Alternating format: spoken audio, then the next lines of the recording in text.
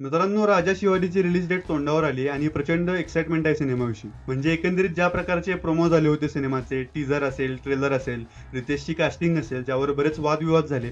या सगळ्यानंतर असं वाटलं होतं की कदाचित पिक्चरला फार चांगला रिस्पॉन्स नाही मिळणार.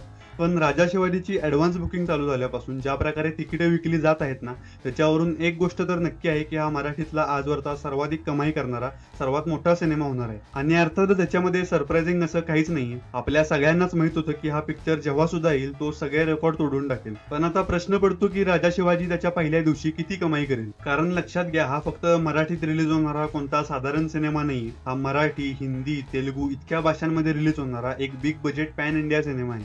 जिओ स्टुडिओज सारखी मोठी कंपनी याचं डिस्ट्रीब्युशन करते. सो जर पिक्चर साधारण नाहीये तर त्याची कमाई साधारण कशी असेल, तर या व्हिडिओमध्ये आपण जाणून घेणार आहोत की राजा शिवाजी त्याच्या पहिल्या दिवशी नक्की किती कमाई करू शकतो. तर राजा शिवाजी रिलीज होतोय प्रामुख्याने 3 भाषांमध्ये, मराठी, हिंदी आणि तेलुगू.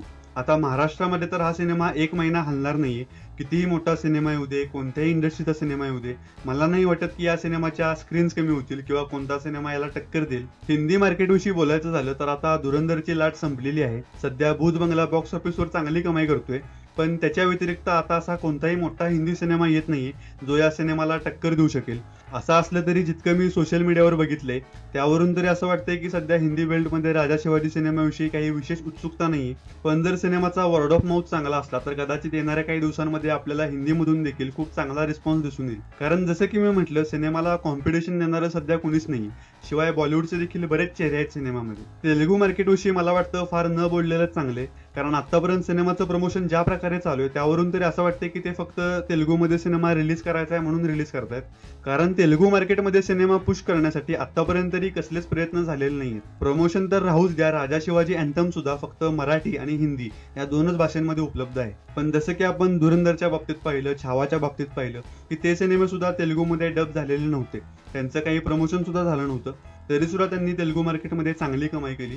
सो आता आपण आशा करूयात की या सिनेमाला देखील तेलुगू मार्केटमध्ये चांगला रिस्पॉन्स मिळेल. आता आपण येऊया आपल्या आजच्या मोठ्या प्रश्नाकडे की राजा शिवाजी त्याच्या पहिल्या दिवशी नक्की किती कमाई करू शकतो. तर जर ऍडव्हान्स बुकिंग विषयी बोलायचं झालं ना तर तुमचा विश्वास बसणार नाही, पण सिनेमाने 1 कोटीहून अधिक कमाई केलेली आहे रिलीजच्या आधीच. 23,000हून अधिक तिकिटे आतापर्यंत बुक झालेले आहेत. आणि अर्थातच येणाऱ्या काही दिवसांमध्ये हा आकडा अजून वाढणार आहे. आणि भावांनो, ऍडव्हान्स बुकिंग वगैरे ज्या टर्म्स आहेत ना त्या आपण कधी मराठी पिक्चरसाठी वापरत सुद्धा नाही. साऊथमध्ये किंवा बॉलिवूडमध्ये अशा ऍडव्हान्स बुकिंगच्या वगैरे चर्चा होतात. पण ज्या प्रकारे ऍडव्हान्स बुकिंग होती या सिनेमाची, ज्या प्रकारची उत्सुकता दिसते आपल्याला सगळीकडे, त्यावरून एक अंदाज सांगायचा झाला तर वेड दो सिनेमा होता रितेश देशमुख यांचा. त्याने रिलीजच्या आधी 35.5 लाखांची कमाई केली होती ऍडव्हान्स बुकिंग मधून. आणि सिनेमाचं पहिल्या दिवसाचं कलेक्शन होतं 2,25,00,000. राजा शिवाजीने वेडच्या 3 पट म्हणजे 1 कोटीहून जास्त कमाई केलेली आहे. राजा शिवाजी अर्थातच वेडपेक्षा सुद्धा मोठ्या स्केलवर रिलीज होणार आहे. वेडपेक्षा शोज देखील जास्त मिळतील राजा शिवाजीला. 1 मे दिवशी रिलीज होतोय सिनेमा. कोणताही मोठा सिनेमा कॉम्पिटिशनला नाही. त्यामुळे जो सैराटचा रेकॉर्ड होता ना फर्स्ट डे कलेक्शनचा 3.6 कोटी, तो रेकॉर्ड तर हा सिनेमा 100% तोडणार आहे. उलट मी पुढे जाऊन असंही म्हणेन की सैराटपेक्षा दुप्पट कमाई देखील राजा शिवाजी करू शकतो. आता हिंदी मार्केटविषयी बोलायचं झालं तर अपेक्षित असा रिस्पॉन्स हिंदी ऑडियन्स कडून सिनेमाला मिळालेला नाहीये. हिंदीमध्ये पहिल्या दिवशी सिनेमा फारशी कमाई करेल असं मला तरी वाटत नाही. पण तरी आपण धरून जाऊया की राजा शिवाजी 2 ते 3 कोटी तरी नक्कीच कमवेल. सो जर माझं फायनल वर्डिक द्यायचं झालं तर राजा शिवाजी त्याच्या पहिल्या दिवशी 8 ते 12 कोटींचं नेट कलेक्शन करू शकतो. कसं असते मित्रांनो, पहिल्या दिवशी सिनेमाला दिवसा ज्या प्रकारचे रिव्ह्यूज मिळतात ना त्यावरून सिनेमाच्या संध्याकाळच्या आणि रात्रीच्या शोची ऑक्युपन्सी ठरत असते.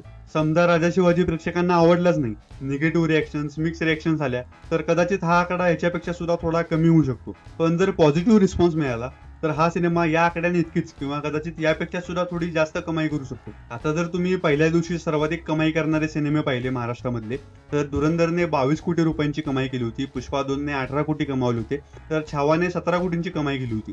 या सिनेमांच्या ऍडव्हान्स बुकिंगचे आकडे जर तुम्ही बघितले तर राजा शिवाजी या सिनेमांच्या आसपास देखील नाही. आणि हेच जर तुम्ही साऊथ मध्ये गेलात तर तिथले मोठे सिनेमे पहिल्याच दिवशी 100 कोटी, 125 कोटी, 150 कोटी इतकी मोठी कमाई करत असतात. तुम्हालाही कधीतरी प्रश्न पडला असेल की अरे पहिल्याच दिवशी एवढी मोठी कमाई कशी काय होऊ शकते. तर जो साऊथचा ऑडियन्स आहे ना तो प्रयत्न करतो सिनेमा पहिल्याच दिवशी पाहण्याचा किंवा लवकरात लवकर पाहण्याचा. कारण त्यांना त्यांचे स्टार्स खूप आवडतात. ते त्यांच्या स्टार्सच्या फिल्मची खूप आतुरतेने वाट बघत असतात.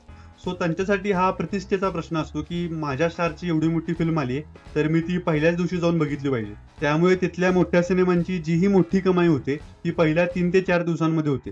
सुरुवातीला कलेक्शन असतात 80 कोटी, 60 कोटी, 70 कोटी. त्यानंतर मात्र ती इमारत हळूहळू लहान व्हायला लागते. कलेक्शन्स कमी कमी होत जातात आणि त्याच्यामुळेच तुम्ही पाहिलं असेल की साऊथचे सिनेमे OTT वर लवकर रिलीज होतात, कारण त्यांची OTT विंडो ही 28 दिवसांची असते. 2-3 आठवड्यानंतर सिनेमाची कमाई पूर्णपणे ठप्प होते, कारण मेजॉरिटी लोकांनी पहिल्या आठवड्यामध्येच सिनेमा पाहिलेला असतो. पण आपल्याकडचा ऑडियन्स ना साऊथपेक्षा खूप वेगळा आहे. आपल्याकडे शर्यत नसते पहिल्याच दिवशी पिक्चर बघण्याची. आपल्याकडे कसं होतं, एक सिनेमा येतो, सुरुवातीला त्याची फार चर्चा नसते, पण त्याला एक चांगला वर्ड ऑफ माउथ मिळायला लागतो. मग त्याची चर्चा हळूहळू पसरायला लागते. मग प्रेक्षकांचा रिस्पॉन्स बघून सिनेमाचे शोज वाढायला लागतात. हळूहळू सिनेमाची कमाई वाढायला लागते आणि मग त्यानंतर सिनेमा पेस पकडतो. उदाहरण द्यायचं झालं तर रितेश देशमुख यांच्या वेड फिल्मचं उदाहरण घ्या. वेडने पहिल्या दिवशी कमावले होते 2,25,00,000 रुपये. याच वेडने त्याच्या 10व्या दिवशी दुसऱ्या रविवारी कमावले होते 5,07,00,000 रुपये. बाई पण भारी देवाने पहिल्या दिवशी कमावले होते 1 कोटी रुपये. याच बाई पण भारी देवाने त्याच्या 10व्या दिवशी दुसऱ्या रविवारी कमावले होते 6 कोटी रुपये. म्हणजे पहिल्या दिवसाच्या 6 पट कमाई केली होती त्यांनी 10 दिवसानंतर. हे मराठीतलं आजवरचं सर्वात मोठं सिंगल डे कलेक्शन आहे. सो माझा सांगण्याचा पॉईंट एवढाच आहे की आपण जे आजूबाजूला आकडे पाहतोय मोठे मोठे पहिल्या दिवसाच्या कलेक्शनचे, ते पाहून राजा शिवाजीला तुम्ही कमी लेखू नका. जर हा सिनेमा खरोखर चांगला निघाला तर हा सिनेमा बॉक्स ऑफिसवरती सगळे रेकॉर्ड तोडून टाकेल. मग कितीही मोठा बॉलिवूडचा साऊथचा पिक्चर कॉम्पिटिशनला येऊ दे, हिंदी आणि तेलुगू लोकांनी हा सिनेमा बघू दे अथवा ना बघू दे, एकटा महाराष्ट्रच या सिनेमाला ब्लॉकबस्टर करेल. पण त्यासाठी महत्वाचं काय आहे, हा सिनेमा चांगला असला पाहिजे. जर तो चांगला नसेल तर मग या सगळ्या चर्चा व्यर्थ आहेत. सो सगळं काही अवलंबून आहे हा सिनेमा कसा असेल याच्यावर. तर मित्रांनो, एवढंच होतं आजच्या व्हिडिओसाठी. बाकी तुमचं काय मत आहे याच्यावर? तुम्हाला काय वाटतं, सिनेमा पहिल्या दिवशी किती कमाई करेल? मला कमेंट बॉक्समध्ये नक्की सांगा. हा व्हिडिओ पाहिल्याबद्दल तुमचे खूप खूप आभार. धन्यवाद.